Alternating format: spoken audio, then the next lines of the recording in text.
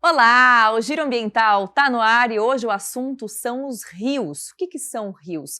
Rios são grandes reservatórios de água distribuídos pelo planeta e são imprescindíveis para a sobrevivência de qualquer ser vivo. Então vamos entender, rios têm nascente também chamada de cabeceira, que é onde eles nascem, tem foz ou também desembocadura, que é onde terminam, seja no mar, seja em um lago ou em um outro rio. Tem também o curso, que é justamente o caminho que ele percorre desde a nascente até a foz.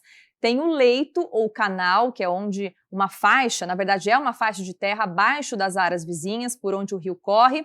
E tem as margens, que são faixas de terra firme situadas em cada um dos lados do leito do rio.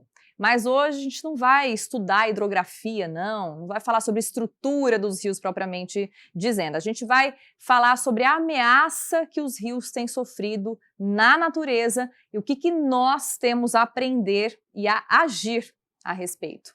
Quem vai nos ajudar a pensar sobre isso já está aqui com a gente, conectado de forma remota, é o Cláudio da Cunha. Cláudio é biólogo, especialista em imunologia e mestre em ecologia. Já atuou como biólogo no núcleo ProTietê da Fundação SOS Mata Atlântica. Atualmente atua como professor em 3 instituições e ainda tem seu nome em 3 livros, como autor em Genética e Evolução Humana e Introdução à Neurociência e como coautor em A Bacia do Rio Jundiaí. Quanta coisa, hein, Cláudio? Seja bem-vindo. Obrigada por topar nosso convite para o Giro Ambiental. Eu que agradeço o convite. A graça, né, da profissão de professor é contar as coisas para os outros, né, e passar ideias para frente. Então, sempre é um prazer enorme poder, de alguma forma, estar contribuindo, né, para disseminar conceitos, ideias, né, que podem, de alguma forma, ajudar, né, as pessoas, a comunidade. Muito prazer. E é isso que a gente está precisando aqui, de gente que venha elucidar os temas de uma maneira mais descolada. Você também lida bastante com jovens, né? É professor de cursinho. Então vai me ajudar aqui, Cláudia, a entender primeiramente a questão da conservação dos rios. A gente sabe que rios têm uma infinidade de utilizações, tanto humanas quanto animais, são, como eu disse, fundamentais para a sobrevivência, mas a nossa realidade não é tão bonita como só nas apostilas, como a gente aprende na escola. O que acontece hoje com os nossos rios? Qual que é a nossa realidade hoje? Bom, a gente pode começar assim, né? Toda a sociedade humana, ela é dependente de rio. Todas as cidades, elas ocorrem sempre na beira de um rio, né? Não importa onde, quando você vai iniciar uma colonização qualquer, você precisa de água doce. Faz parte do processo. Então, os rios, eles fazem parte da história da humanidade, né? Porém, né, lentamente, né, a população humana foi crescendo, crescendo, crescendo, e a demanda de água doce, ela aumentou. Então, quando se fala assim, né, a água vai acabar, né, então isso daí é uma frase que está faltando um pedacinho, né? A água doce, disponível e de qualidade já era, né? Já era. A maior parte da água subterrânea já está poluída. Achar um rio limpo só indo muito longe. Hoje em dia, por exemplo, para achar um rio limpo mesmo, de verdade, sem influência humana no estado de São Paulo, tem que ir para o Vale do Ribeira, lugares de unidades de conservação, parques nacionais, porque grande parte da água já está comprometida, né? Só que a gente vai tocando a vida, né? Ah, o que acontece? Acabou a água, então alguém, um engenheiro da empresa de águas vai buscar água mais longe, mais longe. Então, a Grande São Paulo, por exemplo, ela não tem a menor condição de se manter em relação à água que ela tem. Então, a região metropolitana de São Paulo, por exemplo, é uma imensa esponja, pegando água de todo o interior, buscar água em Sorocaba, buscar água para tudo quanto é lado, cada vez mais longe, cada vez mais longe.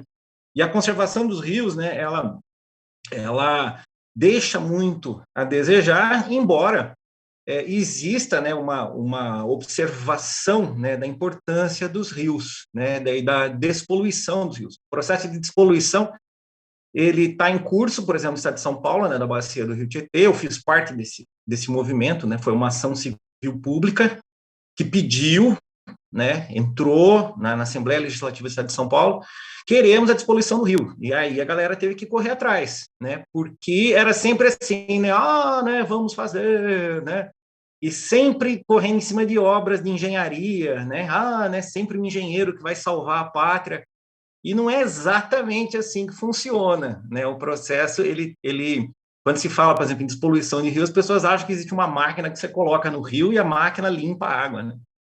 A maior parte da poluição hoje é poluição doméstica e vem das nossas casas, né? Então, se fosse imediatamente paralisado o processo de descarga de esgoto no rio, o rio é água corrente, a água limpa vem de algum lugar e a despoluição é muito mais simples do que parece. O problema é que o esgoto das nossas casas tem que parar numa estação de tratamento de esgoto. Eu falei assim, só isso é? E a água da chuva tem que ir para o rio, diretamente. Ah, mas é só isso, basicamente isso. O problema é que as cidades cresceram de uma maneira muito caótica e isso daí foi sendo esquecido.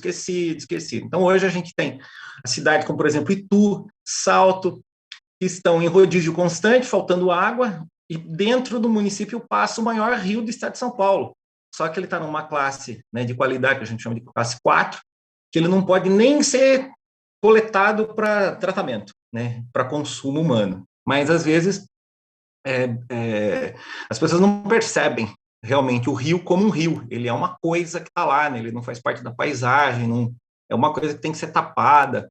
Isso faz parte de uma mudança de cultura, né? Uma mudança cultural. O rio é uma coisa muito importante, mas é um processo lento de educação, né? Sem dúvida. E tem também todas as interpretações que as pessoas fazem, né? Aqui em Campinas, por exemplo, nós temos o rio Capivari, que com essas chuvas fortes do mês de janeiro, alagou, transbordou, causou enchentes e alagamentos em várias regiões, causando problemas não só de planejamento, mas também saúde pública, né, Cláudio? Aí a coisa vai além. E aí o que as pessoas entendem com isso? Ah, mas tem água abundante. Aí começa, não imagina, aquecimento global não existe, temos água, olha como chove, tá tudo errado, né? Quando o rio sai do leito e volta para o leito antigo, né, ocupa as suas várzeas, a galera fala, tem que encanar, né, tem que canalizar o rio, né, o rio passa a ser um estorvo. Na hora que falta água, o rio ele é o santo grau. Na hora que o rio enche, meu Deus, né, ele é um problema, o rio é um problema. Então o negócio é complexo, né? A gente faz as casas do lado do rio, onde o solo é bom, né, teoricamente, para plantio, e tenta plantar no alto do morro, onde o solo é ruim. É um negócio muito engraçado, né, que é aquilo que a gente aprende, né, na escola, do Antigo Egito, né, de você tem que aproveitar as margens dos rios para onde é mais fértil, onde a terra é mais escura. A gente aprende isso na escola, mas aqui a gente faz de conta que não viu, né? É um troço, faz parte da cultura, né? A gente só tem 500 anos, nós somos um país de exploração direto, né? A gente usa os recursos até acabar tradicionalmente. Então, chegamos no Brasil, usamos o pau-brasil até acabar.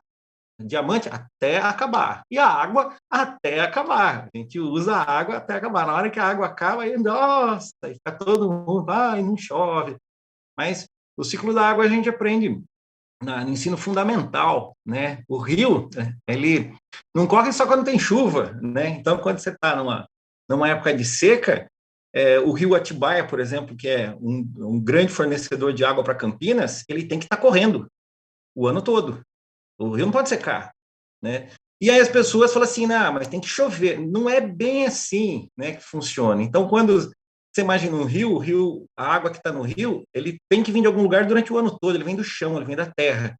Então, a proteção das nascentes, ela está prevista em lei. A gente tem a conceito de APP, Área de Proteção Permanente. São as nascentes, 50 metros em volta das nascentes, teoricamente deveria ser preservado, 30 metros em média baixa para os rios em volta dos corpos d'água, lugares com inclinação 45 graus ou mais e topo de morro.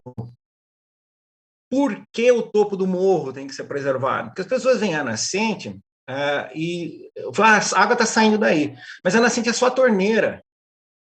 Nada mais que isso. A caixa d'água é o próprio morro.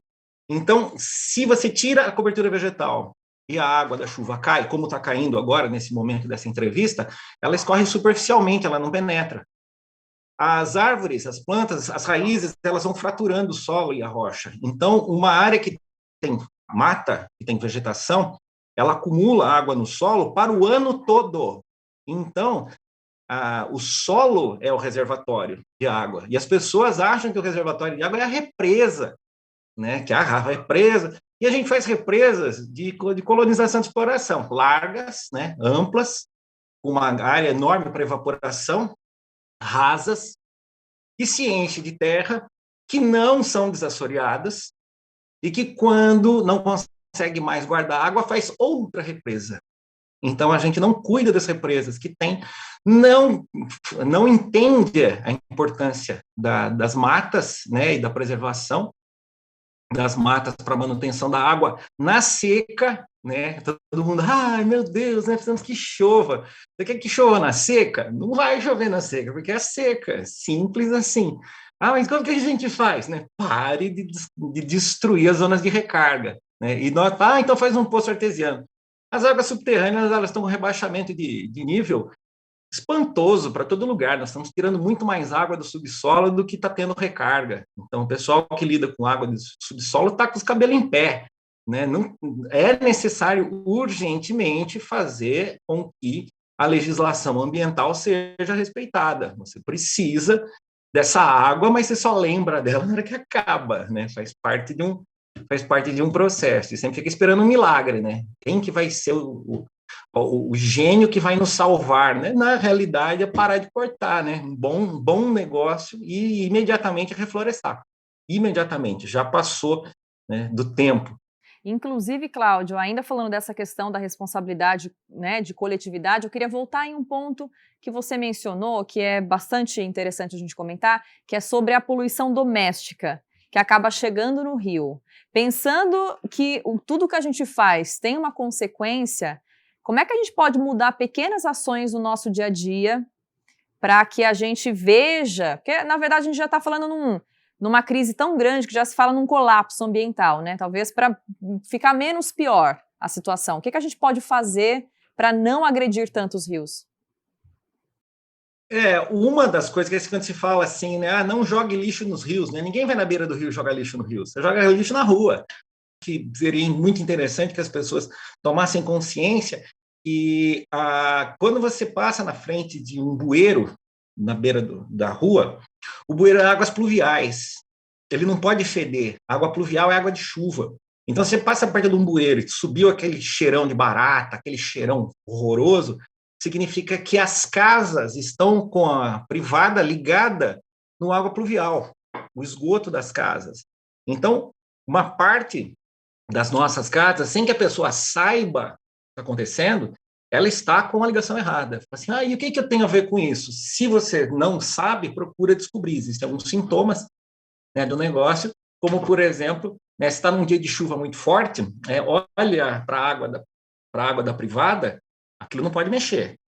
Se a água da privada ela vibra, se ela mexe, significa que o seu esgoto está ligado no lugar errado e que você pode chamar a empresa, né, e pedir para fazer a ligação, né, no lugar correto. Isso é uma coisa utópica, mas a sociedade ela tem mudado. Né? Se a minha casa tivesse ligado no lugar errado, né, se eu comprasse uma casa que tivesse com a ligação errada, clandestina, eu particularmente faria.